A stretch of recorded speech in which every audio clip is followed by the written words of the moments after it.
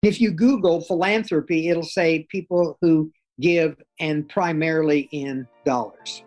And that is wrong, because philanthropy means love of mankind, and that's it. It never meant anything about money. Nobody ever said anything about money until we Americans changed that.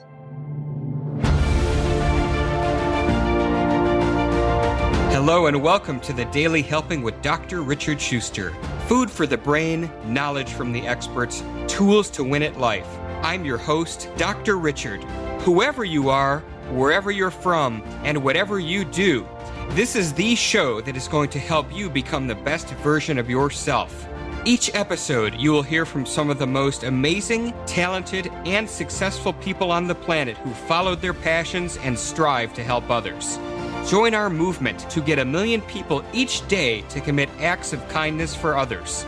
Together, we're going to make the world a better place. Are you ready? Because it's time for your Daily Helping. Thanks for tuning into this episode of the Daily Helping Podcast. I'm your host, Dr. Richard, and I am so honored to share my guest with all of you today. His name is Bob Hopkins, and he has spent the last 30 years in business heading nonprofit organizations and publishing the magazine Philanthropy World. Bob is one of the most well-known people in philanthropy anywhere. He retired from the magazine in 2007 and has spent the last number of years teaching communications at the University of Texas at Arlington, as well as teaching around the world. But he's known for his robust desire to make a difference in the community and his passion for philanthropy. He has received the Hero of Humanity Award from the Art of Living Foundation, and he has been a fundraising executive for the last 30 years, having served the Association of Fundraising Executives.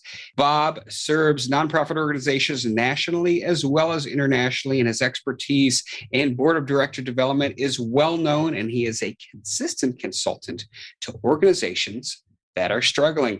Bob, welcome to the Daily Helping. I am so excited for our conversation today. I have done a lot since I'm only 35 years old. Indeed. Bob, my goodness, there's so many things we can talk about, but what I love to do with guests who come on my show is peel back that onion a little bit, find out your superhero origin story. Talk to us about what got you on this path of philanthropy, how that spark ignited for you. Okay, you want to know the truth? Absolutely. And you won't tell anybody? Just all the people around the world listening to this, but nobody else. Well, I'm a recovering alcoholic. And in 1978, because of my family, I quit drinking alcohol, and I called Alcoholics Anonymous. And I have been sober for 42 years now without a drink of alcohol. So I'm a recovering, which means that those of you out there who are alcoholics, you never fully recover, because it means that you just can't pick up a drink of alcohol of any kind, which I don't. But you know what? I lead a very normal life, and I have a great time in life, and nothing keeps me from doing anything. So that is what started me on this road of philanthropy, because Dr. Richard, I was in Alcoholics Anonymous, but for those of you who know about that organization, you can't really promote it. So therefore, I couldn't go in and tell everybody, you need to give money to Alcoholics Anonymous, but I could give to the National Council on Alcoholism. So I got involved as a volunteer with the National Council on Alcoholism, and I went out to schools and talked to seniors in high school about the bad things of alcohol and drugs so that they wouldn't do it when they grow up. But that doesn't mean that they took my advice or anything like that. But I was so good at it and enjoyed it so much that they hired me. So I was actually a fundraising executive with the National Council on Alcoholism for a couple of years until I moved to Dallas. So anyway, that's what got me into philanthropy. And I love nonprofit organizations. I love the way they work. I've joined the National Society of Fundraising Executives, which is now called AFP, Association of Fundraising Professionals. For those of you who want to know more about it, in your city in the United States, every city in the United States, that's big, you will have that organization, and I encourage people to be involved in it. Wow. So awesome. Well, number one, I want to congratulate you for 42 years of sobriety. That is fantastic. And number two, interesting how that turn of events in your life, brought you onto this path. And so a lot of people, and certainly perhaps given the climate of the world right now, might listen to this and might say, fundraising, nonprofits, charity stuff, I don't have the money for it. I don't have the time for it. Talk to us. You've been doing this for decades, despite the fact that you're only 35, which is really phenomenal. And so talk to us about how this has impacted your lives and how you've seen being involved in fundraising impact the lives of others. Right. Well, Richard, prior to me being 35, I graduated, got a master's degree, had successful businesses, working experiences. I was actually worked as a hospital manager for 8 years over the Department of Surgery in Kansas City. So I've done a lot of stuff before deciding to quit drinking, and I never lost a job because of it. It never really interfered with my jobs. So I, did a lot before I decided to not drink, but I didn't know what I was doing. And when I went to the National Council on Alcoholism and became involved in philanthropy, which I didn't know that word either, that changed my life. And Dr. Richard, every day I learn something new about this topic. And as you now know, I've written a book called Philanthropy Misunderstood. And you don't have a copy of it yet, but I'm going to just show that right now. It's called Philanthropy Misunderstood. And it's really not about me only. It's about 108 people whose stories are about giving. And so I learned a lot about this topic of philanthropy, and I want to spread the word around the world that everybody needs to be a giver. So that's kind of my, and you know what, when I see you and I talk to you and what you're getting ready to do with everykidrocks.org, it just amazes me that you're doing something that I don't know anything about and that I can learn and get energized from you to continue my work and working with children. Well, I love that. And so I'm curious about the title. And I know you said it's not really about you, it's about these 108 people who give, but philanthropy misunderstood. So what are the misunderstandings that we have about philanthropy?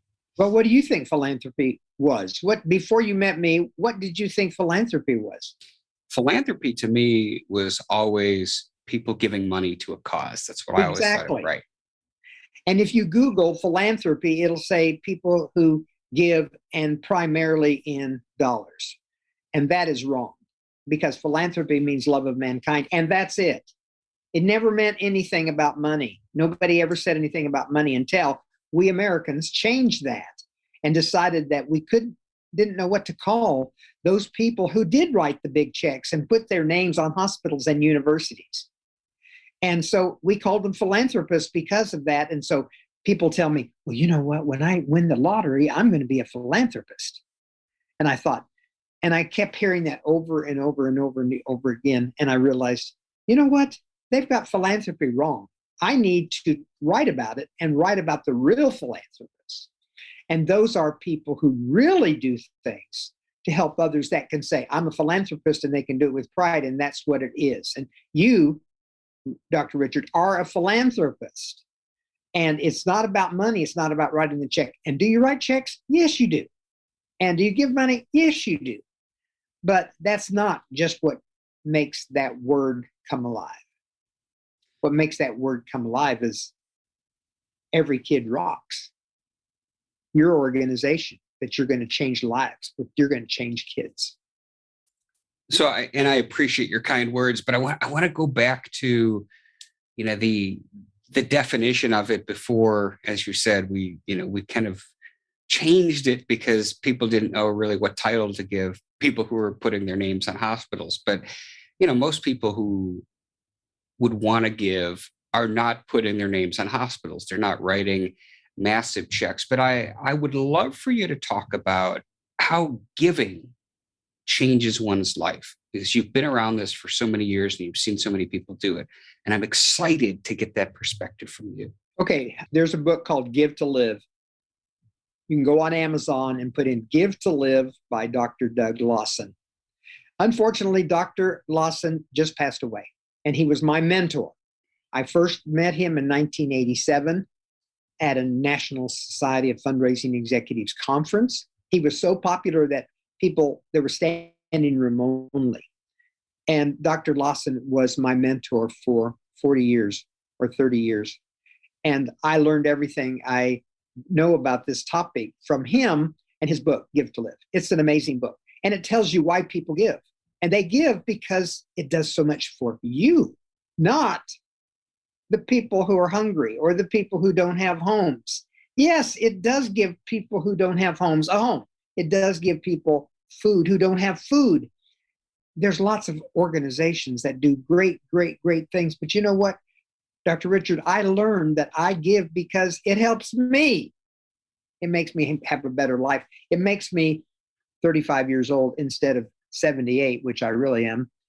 It makes me energized. It gives me better health. It makes me get better energy and an excitement, because when I get this little pat on my back from God, in my case, it's God, I go, I feel good. You did good today, Bobby. You helped somebody. And oh my gosh, I don't know if you know anything about the science of what doing good does for a person's soul, their heart, their mind. But those people who are givers they know why they're so happy and why they feel so good and why they have such good health. It's because they're givers.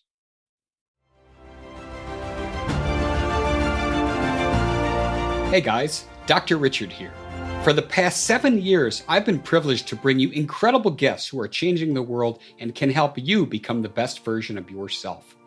I'm really excited to share with you a new quiz that I created based on my clinical training that will curate for you a custom list of my top episodes and actionable strategies to help you wherever you are on your journey. All you need to do is go to drrichardschuster.com to take it, and it's 100% free.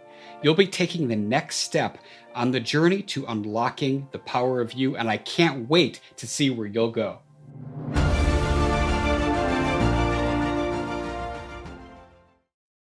It is something that I know about. In fact, my TEDx talk was about this very subject. It was the science of altruism.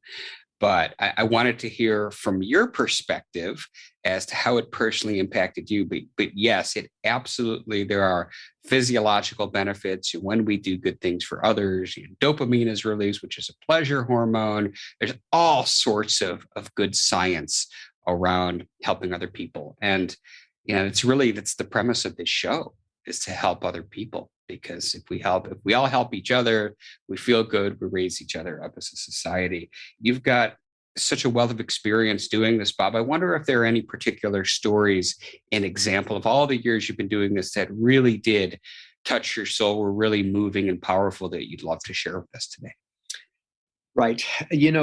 What came to mind immediately when you asked that question is a story in my book. A friend of mine and I actually were cleaning out snow in Kansas City from driveways and making money from that in 1982. In fact, it was January the 6th, 1982. And why do I know about that? Because I found an article from the newspaper that date talking about me and this friend of mine who found a baby in the snow. We were cleaning out this driveway, and all of a sudden, my friend said, Bob, look, there's something moving over there on the back porch of that house. And I looked, and it was something yellow. So I got out of my Jeep and I walked through the snow, which was about 3 feet deep. And I approached this box, and it was moving, and it was a blanket, a yellow blanket that was covering the box. And I pulled the blanket back, and here's a little baby like this. And that's what was causing the blanket to move, is because it was moving. And I found a note around its neck, and it said, I can't take care of this baby no more. Please find it a home.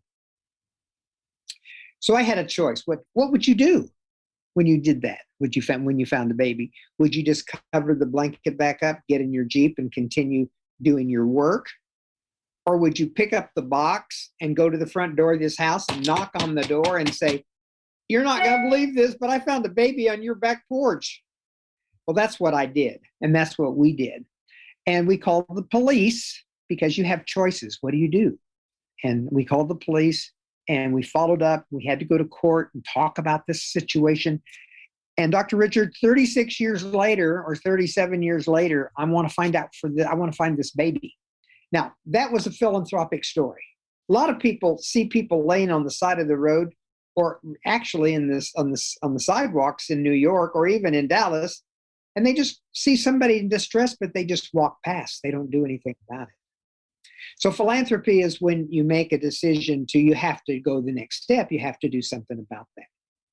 And have you ever done something about that? Have you ever looked at somebody on the side I did just recently. I saw a lady laying in the street, halfway on the sidewalk, halfway in the street. And I decided I had to stop my car. I had to get out of my car. I had to go over and see if this lady was alive and shake her. And I did. And she woke up.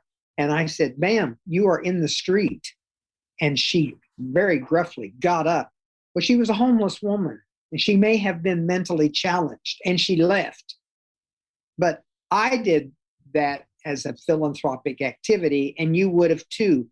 A lot of people would have. They would have driven on by and thought, "This woman, it's not my responsibility if she gets run over. It's not my responsibility if she dies." So those people who pay attention, do something about it, are what I call philanthropists. And that's so interesting. And I don't know where I read this, but it was recently, and there was expressed concern that what technology and social media is doing is, there are more and more people who, have outrage about, injustice and things going on in the world, that they'll angrily tweet an official or tweet whoever they think is involved in the problem, whatever the problem may be, but that those people think, well, I've done what I need to. They're actually less inclined to take that actual action like you have spoken about. What do you think about that? I had a kid came to my classroom one day and looked in the classroom, and I didn't know who this kid was. And I opened the door and said, "Who are you?"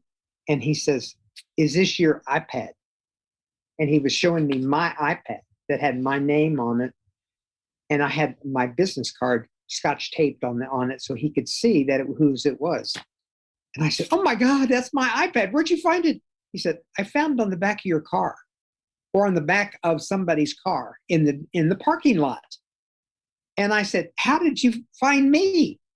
And he said, "Well, I had all kinds of choices: to leave it there, to sell it, to keep it, to turn it into the police. And I decided I had to find you."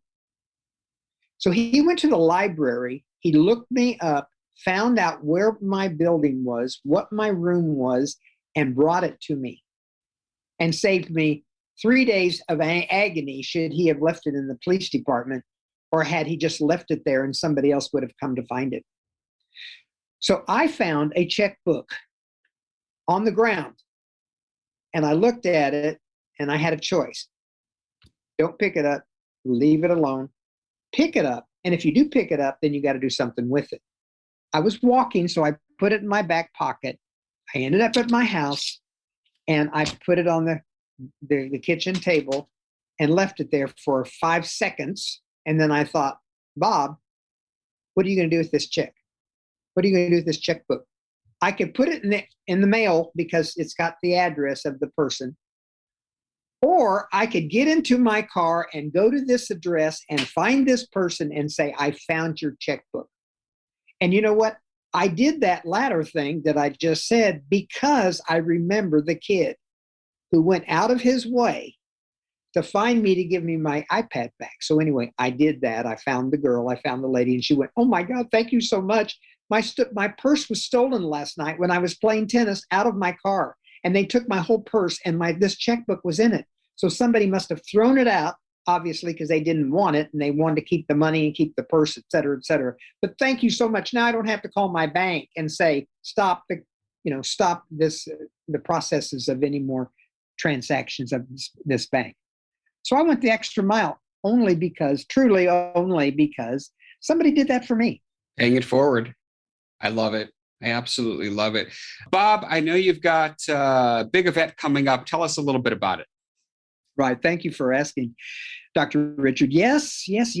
Actually, Halloween is coming up, and I have actually taken the PAVE program to virtual opportunities for kids because we can't gather them together anymore like we used to. Hopefully we will again, but on October the 30th, we're going to be having our third virtual Youth in Philanthropy conference for kids 7 years old to 23 years old or 50 years old. How long you want to be a kid doesn't matter. Where we will actually have kids, and even kids like me and kids like somebody who's 13 years old, tell their stories about giving to encourage kids to go out and do something. We'll put them into groups on virtually, et cetera, but it's called Youth in Philanthropy, and they can go to my website or to my email address, bhopbobtex@yahoo.com, or philanthropymisunderstood.org, or to philanthropykids.org, and hear more about it and how to register. And you mentioned PAVE. Tell us a little bit about PAVE. Okay. PAVE, I created it on a napkin. Philanthropy and Volunteerism in Entrepreneurship, PAVE. And so when kids come to our course, which is called PAVE, they learn how to be a giver. And they also learn how to shake hands and look people in the eyes when they talk. And they learn how to be a giver to help them with their self-esteem and to make them make different choices about how they're going to continue their day or their week or their year. And so my kids who are 13 and 14 years old, who took us when we were 8 and 9, are different kids. They're now on the honor roll. A mother says, this is the first time my kid has ever been on the honor roll. And that's what makes me happy. I love it. Changing kids.